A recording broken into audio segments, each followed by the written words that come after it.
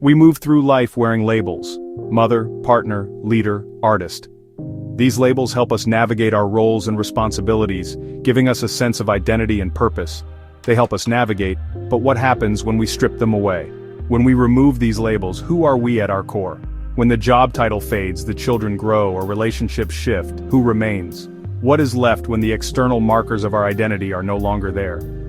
This question lingers in the background, quietly unsettling. It's a question that can make us feel vulnerable and uncertain. We're used to defining ourselves by what we do, by success, productivity, and approval. These external validations often shape our self-worth, but can we name our values without tying them to achievements? Can we understand who we are without the accolades and accomplishments? The real journey begins when we step into the discomfort of not knowing, when we stop performing and start listening. It's about embracing the silence and the space to truly hear ourselves. Our identity isn't a fixed point or a hidden treasure to be found.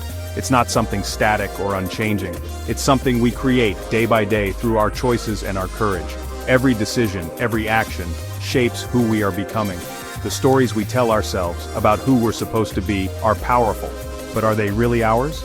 Are they narratives we've chosen or ones we've inherited? Often we're living out scripts handed to us by family, culture, or circumstance. These scripts can limit us, confining us to roles that don't truly fit.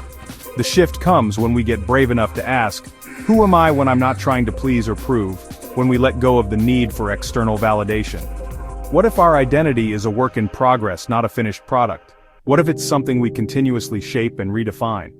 This perspective moves us from passive recipients to active creators of our lives. It empowers us to take ownership of our journey. It's about daring greatly, not for the world, but for ourselves. It's about finding the courage to be authentic. The real work is cultivating a relationship with the person we are when no one is watching. It's about being true to ourselves in our most private moments. It's about questioning the stories, rewriting the scripts, and embracing the mystery. It's about allowing ourselves to evolve and grow.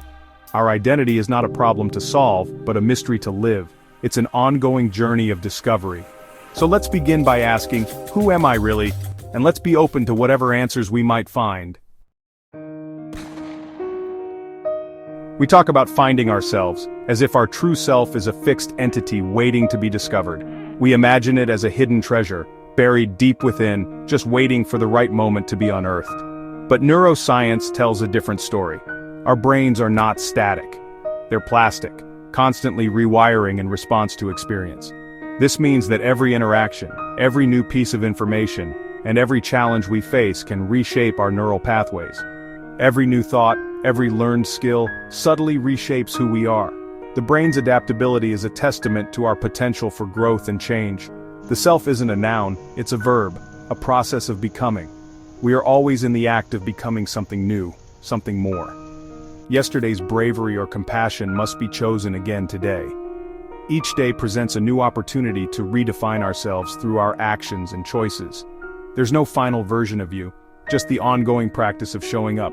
It's about being present and making conscious decisions that align with who we aspire to be. This can feel unsettling, but it's also liberating. The idea that we are not fixed allows us to embrace change and growth without fear. If we're not just the way we are, we have the power to change. We can actively shape our destiny and redefine our identity. We can learn patience, resilience, empathy. These qualities are not innate, they are cultivated through practice and intention. Our worst moments don't define us. They're just chapters, not the whole story. Each mistake is a lesson, a stepping stone towards a better version of ourselves. Understanding our brain's fluidity lets us release shame and embrace growth. We can forgive ourselves and move forward with a renewed sense of purpose. We're not prisoners of our past. Our history does not dictate our future. The stories we tell about ourselves can be rewritten. We hold the pen, and we can choose to write a narrative of hope and possibility. Identity is not about uncovering a hidden core, but about choosing, moment by moment, who we want to be. Each decision, no matter how small, contributes to the larger picture of our lives. The brain's plasticity is our invitation to evolve. It's a reminder that we are always capable of growth and transformation.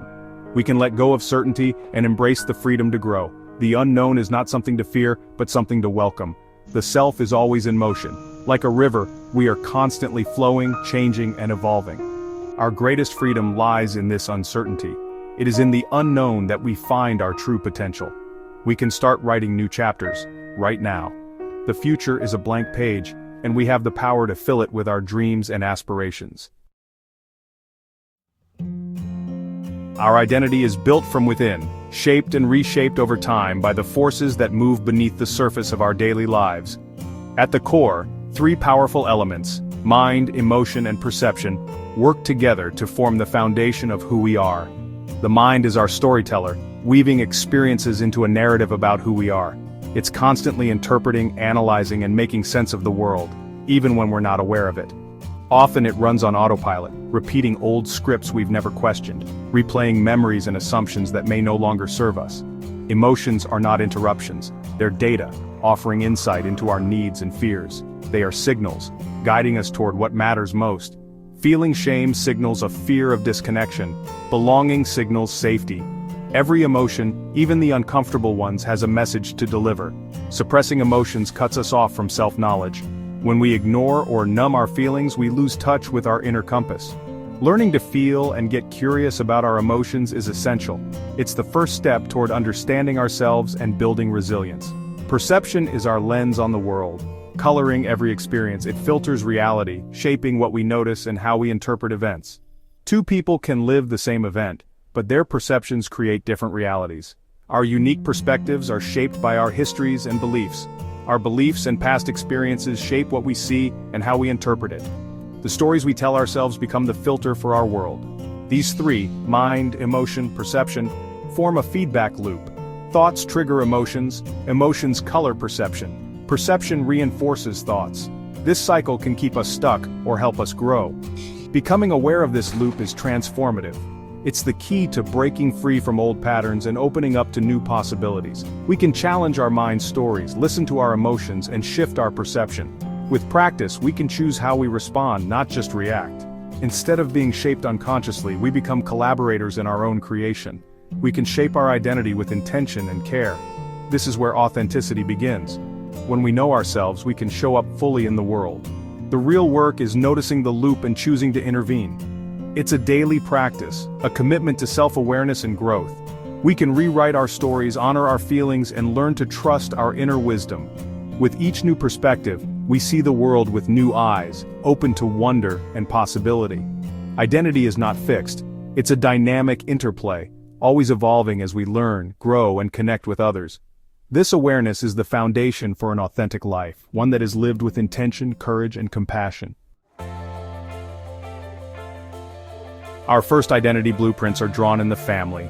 As children, we learn what earns love and what brings disapproval. These lessons become the unspoken rules we live by. Family systems teach us about worth, whether it's inherent or conditional. We learn how to handle emotions. Are they welcomed or shamed? These early scripts shape our adult lives, often without our awareness. Roles like the smart one or the peacemaker can become lifelong armor. But as we grow, these roles may no longer fit. Recognizing family conditioning isn't about blame, it's about understanding. Compassion for our younger selves is key. Only then can we redraw our blueprints and build a life that fits who we are now. The first step is awareness, the next is conscious change. School is our next major shaper. We learn to measure worth by grades and external validation. Certain talents are valued, others overlooked. We perform for approval, sometimes at the cost of curiosity. Social dynamics teach us what's acceptable and what to hide. Education can steer us away from our inner authority. Reclaiming our story means questioning these definitions of success. True growth is about becoming the arbiter of our own worth. Culture and media saturate us with stories about success, beauty, and worth. These narratives seep in, shaping our desires and beliefs. Media shows us curated realities, fueling comparison and inadequacy. Cultural scripts tell us what's normal and what's not. When we don't fit, we feel other. The key is to become a conscious consumer, questioning who tells these stories and what values they promote. We can reject narratives that don't serve us and seek out those that resonate. This is an act of liberation. Sometimes our carefully constructed identity starts to unravel. It might be a quiet discontent or a major life crisis. The roles we've played no longer fit, the stories fall apart. We realize our self is a patchwork of family, school, and culture. This unraveling is scary, but it's also a breakthrough. It's a chance to dig deep and ask, is this belief really mine? The process is messy and uncertain, but it's the path to authenticity. It's not about destroying ourselves, but shedding what no longer serves. We let go of who we think we should be to make space for who we truly are. The demolition is necessary before we can build something real. This is the work of daring greatly. Authenticity isn't about finding a hidden core. It's about choosing to show up, every day, as ourselves. We are the authors of our own lives, not bound by old scripts. Our past shapes us, but doesn't define us. The power lies in making choices aligned with our values. Start by clarifying what matters most: kindness, courage, connection. Listen to your emotions, challenge old stories, set boundaries, offer yourself compassion when you stumble. The self is a lifelong project, always under construction. There's no final product, only the ongoing work of becoming. Living with an open heart is the path to a wholehearted life. This journey is available to all of us, right now. The choice is yours. Who will you become?